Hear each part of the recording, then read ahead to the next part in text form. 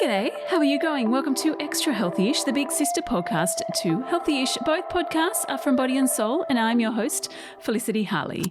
There's no denying it. Life admin can be hell. Boring, stressful, time-sapping. I could go on. Well, my guests today are quite simply geniuses when it comes to getting your life admin sorted. Mia Northrop and Dinah Rowe-Roberts, well, they met in high school, they went to uni together, and they've remained great friends. They have a new book out called Life Admin Hacks, which is full, jam-packed. There's no other way to describe it. It is bursting with some brilliant hacks, and they're going to share a few of them today. Actually, I asked them to share a few that I knew you listeners would love.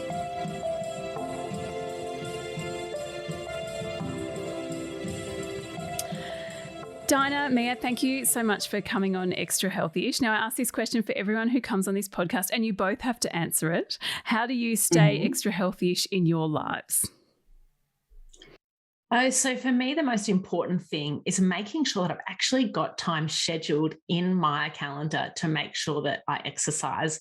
And for me, that's making it in a shared family calendar. So my husband and kids can also see what time it is that I've got my Pilates booked, my hiking trips booked with my friends.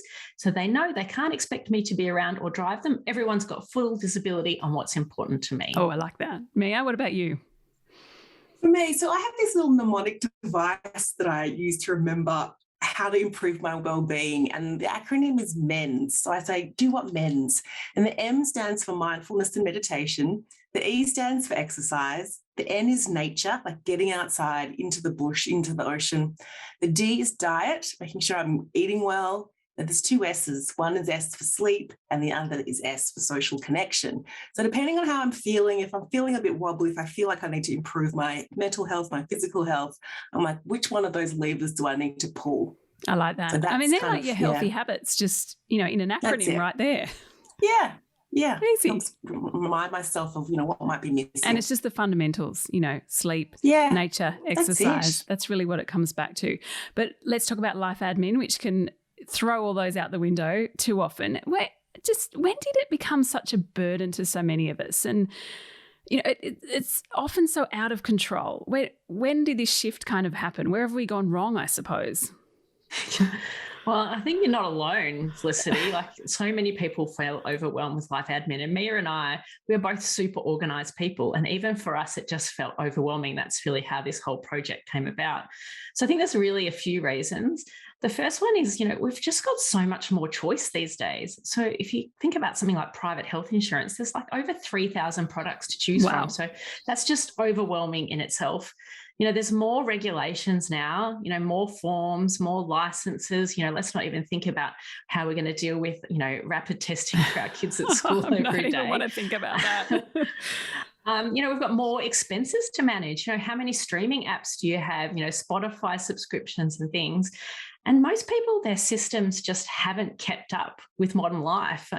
For me, it was the second child that pushed me over the edge. I was sort of holding it all together and, one more child, gone back to work and everything just fell apart. So I think, often it's just as we've got less time that your life admin explodes. And so it's no wonder that it's overwhelming for so many of us. And we're not really taught about this in school, are we? We're not taught about how to manage this. We just kind of fly blind and look at what our parents did or perhaps what our friends do. Oh, I try this one. But no one actually goes, this is how you do it.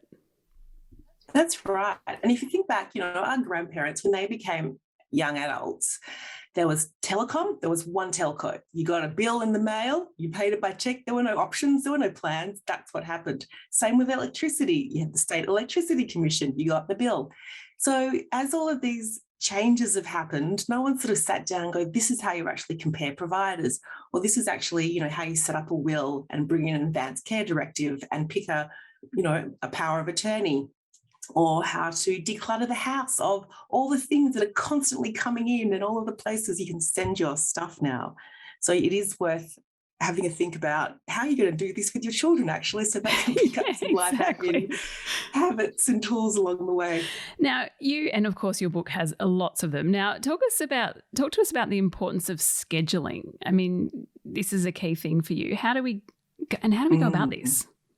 Well, there's this saying, if it's in the calendar, it gets done. And a lot of us, if we're working, if we have paid work, we're usually pretty disciplined about blocking out time in the calendar to get to those important tasks. Not so with personal life, not so with life admin most of the time. What we recommend is that people will block out an hour of power. So 1 hour each week, whether it's a Sunday morning or a Wednesday night, whatever works for you, just have a dedicated slot in your calendar to sit down and address life admin tasks. Then you can stop worrying, when am I going to get to this? When am I going to get to my to-do list? And as well as, having that hour of power, we also suggest that you schedule in all those inevitable tasks that are going to pop up during the year, whether it's your car servicing or getting your gutters cleaned, or even things like, when does the laundry need to happen? Does it have to happen on Wednesdays and Saturdays so everybody has enough socks on Sunday or has a uniform ready? Put those things in the calendar so that they're taken care of, so it's clear where your time's actually going, and it's more likely that you'll sort of have that extra peace of mind that you're actually getting to the things that are important. I like that hour of power. Now, Mia, I know you're a fan of this, but, in the book you both talk about a dedicated life admin email account. Now, when I first read this kind of scared me because I'm like, oh my gosh, I can't go with another email. So sell it to us. Why is this important? Yeah, I do think that, another email account can feel like a hassle. But if you set up a dedicated place or a one-stop shop for all of that life admin correspondence, then you can actually action your life admin tasks more efficiently and it doesn't get mixed in with personal or work email. And most importantly for me, it moved our life admin into neutral territory. It gave complete visibility to my husband about how much goes on in our household, and it gave us a much better ability to share it more easily. You can also link it to your cloud storage. And so then it means that the documents that you need to keep, you can effortlessly save like on the go.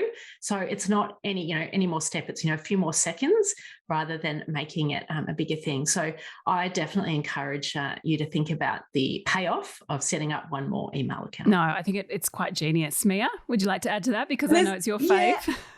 Well, I think the thing to remember with this email account is you don't actually need to look at it every day. Unlike your personal email where there's probably urgent things coming in, most life admin related emails, it's going to be here's your policy for next year. You've got a month to get onto it. So this is an email account that you really only probably need to look at once a week. In your it doesn't hour need to be of power. part of the daily check-in. Exactly. You scan through your hour of power, you knock things over. We'll be back after this short break with more from Dinah and Mia. And what about passwords? I mean, these can drive us all bananas. What was that one? I'm going with this one, but how about that one? How do we manage these? Yeah, I think this is where investing in a paid password manager app really pays off. We actually recently did a survey of over 300 Australians, and less than a quarter actually have a password manager to manage their life admin. So, obviously it protects you in terms of cybersecurity, but I cannot reinforce enough the convenience. It feels like magic sometimes when you go to a website and it automatically populates the information, not just your username and password, but also all of that frequent form filling data. And then when you can synchronize it between all those devices, it just means you can do your life admin anywhere, anytime. And the other benefit, you can so easily share those passwords. So I share all the passwords for, all the kids' stuff and, all the accounts with my husband. So it means that either of us can take action rather than, someone holding all that knowledge. So, yeah, definitely changed my life. Yeah, you're right. I mean, I think my computer now automatically saves my credit card details, and it's so much easier. At first I was like, oh, no, I can't do that. But now I'm like, oh, I save so much time. I don't have to go down to my wallet, get out my credit card, and then do it that way. So absolutely, long live the management of the passwords. Now, lists. What's your approach to to-do lists? Because I mean, when it comes to life admin, a lot of us have a lot of to-do lists. How do we deal with these? Lists are key to being a successful adult. Of course they are. Really of course. Half of adulting is just lists. So we separate 3 different types of lists in the book. We talk about the to-do lists, obviously, but we also have checklists and reference lists. And we find that most people just have a mush, like one big mega list that's actually combining those 3 things. So a checklist is really a list where it helps you do recurring activities efficiently and comprehensively. So you might have one of the things you need to pull together to get the kids off to school in the morning, or what needs to be packed in the daycare bag, or what you need to do at your house before you go on holiday. So cancel the newspaper, work out what the pets are doing. So there's your checklists. Then there's reference lists, and they capture suggestions and recommendations. That's the place where you're putting all of those podcasts and books that people are suggesting you check out, or, things you need to buy, ideas for birthday presents. Your to-do list really should just be actionable, time-bound, things with a verb, things that have that short time horizon that you got to get onto. And we have two to-do lists. So we have the Hour of Power to-do list. So in my reminders app in my phone, I have one called Hour of Power, and that's where all of those chunky life admin tasks go. It might be updating my will, or comparing electricity providers, or planning a birthday party. And then I have my 10-minute time killers list. And that's all those medium-sized to-do tasks that you can kind of do in idle time, kind of squeeze in here or there. So don't have one massive to-do list, split them apart in terms of how long the tasks take. I mean, talking to us about this makes it feel less overwhelming somehow than that one big list. Usually there's one big list. It's got huge things in there, like declutter the house. And then there'll be tiny things in there, like, fill out some form, separate those things and make them small, and chunk them down to doable sized activities. Yes. Now, your book, it is jam-packed with lots of hacks, but I just wanted to pull out two that I thought were pertinent to our audience.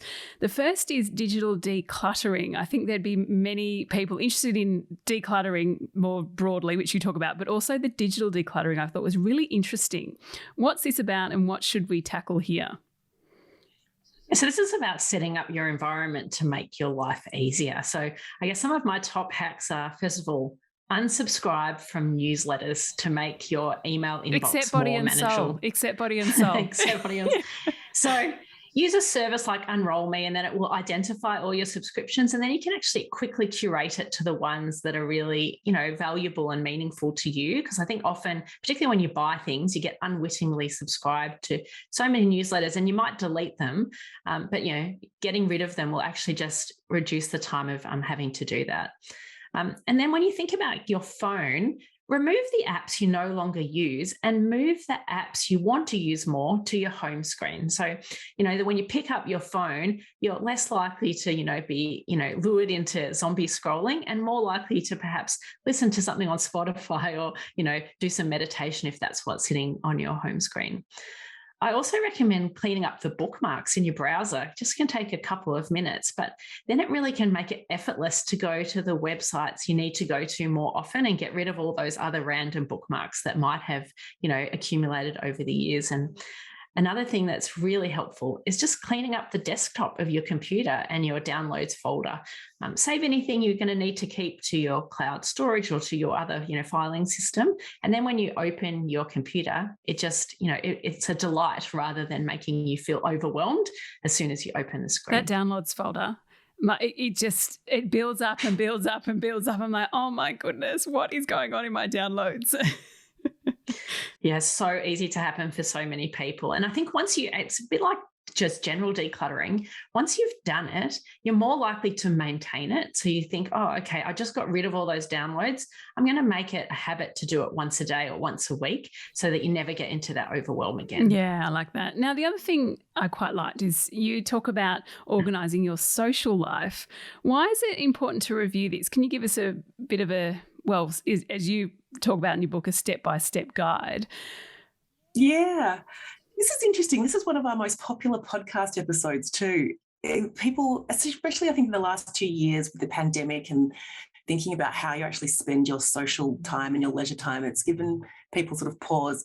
But this chapter is all about making intentional choices about what you do and who you do it with as an individual and as a couple if you're partnered up, and as a family, like what does that social life look like? Because you want to make sure you've got that balance between activity and downtime. You want to feel confident that you've got time to nurture friendships that are important to you. And you want to save time organising social events. It's pretty easy to get in some crazy email chains back and forth in trying to find times and dates and decide on places. So we talk about prioritising who you want to spend time with. Make a list of the people, and then be quite methodical about approaching them. Decide what you'd rather be doing, and approach them to organise things and being specific about those catch-ups. Now, you also ask people to think about, there are some social situations where there's an event priority, like you really want to go and see the tennis, or you really want to go to a film, and you don't really care who comes along with you, just some companionship, some fun, that's fine. Other times, it's really the people priority. There are people that you want to see, and you don't really care what you do with them. You just want to hang out. So this can trigger different ways of organising activities you might do or how you might approach people. The other part of this is actually getting some inspiration about what you can do. And there are so many, speaking of newsletters that Dinah was just telling us to unsubscribe to, there are some great newsletters that will give you lots of ideas about what's going on in town, or, if you get them for certain cultural institutions in your city, whether it's, a museum or a gallery or the festivals, whatever's happening in food festivals, when all of that stuff is back on and normal again, then you can get really inspired about how you might spend your time. And obviously this social connection is so important for our well-being, and you want to make sure that this time is well spent. Absolutely. And I think in some ways it helps you guard your time and really look at how you're spending your time, because I feel pre-pandemic you were pulled in so many different, you could be pulled in so many different directions, but now people are a bit more forgiving if you say, well, no, I can't go to that. So you and in turn you are more clear about your boundaries. That's right. You don't want to be acting out of obligation. You really want to be protecting your time, as you say, to live in alignment with your values and to really be spending the time with the people that are important to you. There's a beautiful saying around, how you spend your time is how you spend your life. Absolutely. So think about that. Now, after writing this book, is there anything that either of you that you learned, changed, realised? Was there a bit of a light bulb moment when you thought, wow, I'm doing life admin wrong? Or, or talking about it, mate. Often when you talk about things, you're like, oh, yeah, that's what I actually have been doing. Well, I think, it's been truly a journey from chaos to calm for me, to be honest. Like, the whole reason this project came about was I was completely overwhelmed. I was burnt out. I was doing everything or trying to do everything. And my husband was basically just used to me doing everything. So, I think I've learned so much. And I think if you've got the right tools and the right know-how, like you know how to do it and you've got the right tools and environment, then now my life admin is like just a background hum. It just happens almost, effortlessly. And it's shared with my husband in a true partnership. And so you can completely change the way you approach this stuff.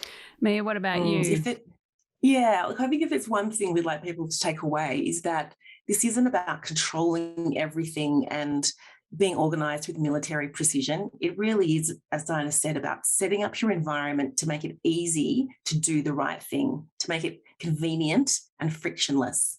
And then the rest of this it'll be this confidence. You'll feel prepared, you'll be able to be proactive, and you'll be able to respond to the little life admin tasks that come up instead of just reacting all day. And create a calmer life. I like that. From chaos to calm. You've got me there. Yeah. Dinah and Mia, thank you so much for coming on Extra Healthyish.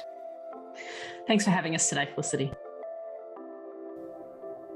If you want more awesome hacks, tips and tricks, make sure you grab Dinah and Mia's book. It is called Life Admin Hacks. I actually have to tell you, I gave their book an endorsement. So, yes, I think it's brilliant. Anyway, if you want more from us, make sure you head to bodyandsoul.com.au or join the conversation via Body and Soul on Instagram or Facebook. Hey, have you checked out our YouTube site yet? Body and Soul TV on YouTube is up now. Thanks again for listening, and if you have a moment, we'd be so grateful if you could rate, review and subscribe to this podcast. And until tomorrow, stay extra healthyish.